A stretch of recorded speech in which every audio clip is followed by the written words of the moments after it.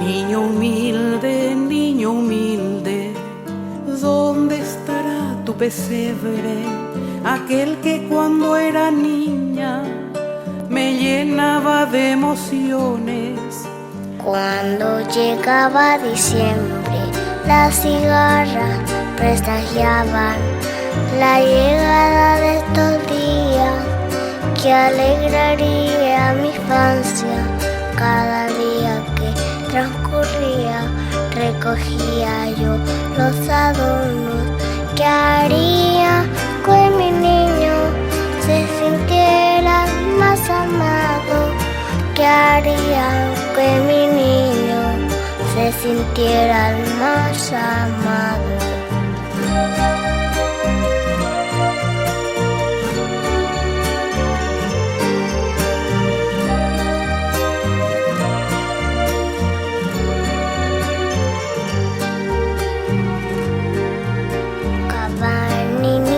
Viejos, flor de chivato y trespón, estás en los arroyos, huevos de pato ñandú. En la víspera del día armábamos en familia piriritas de colores, bolsitas con caramelos, maíz y maní en guirnaldas, racimos de dulces uvas, Pacurí, mango, granada, sandía, piña, melón. Pacurí, mango, granada, sandía, piña, melón.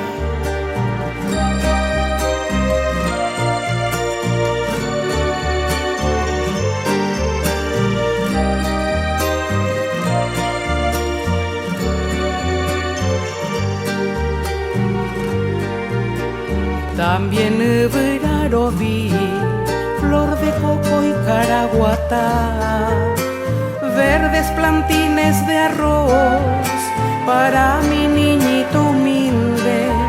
José María y pastores, Reyes Magos del Oriente, burrito, vaca y ovejas, y un gallito cantarían.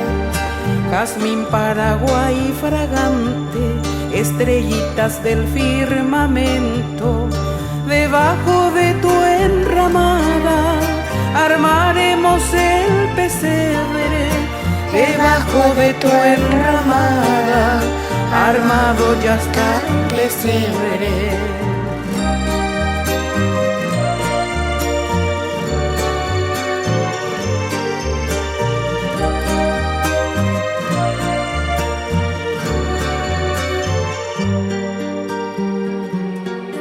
Niño humilde, niño humilde.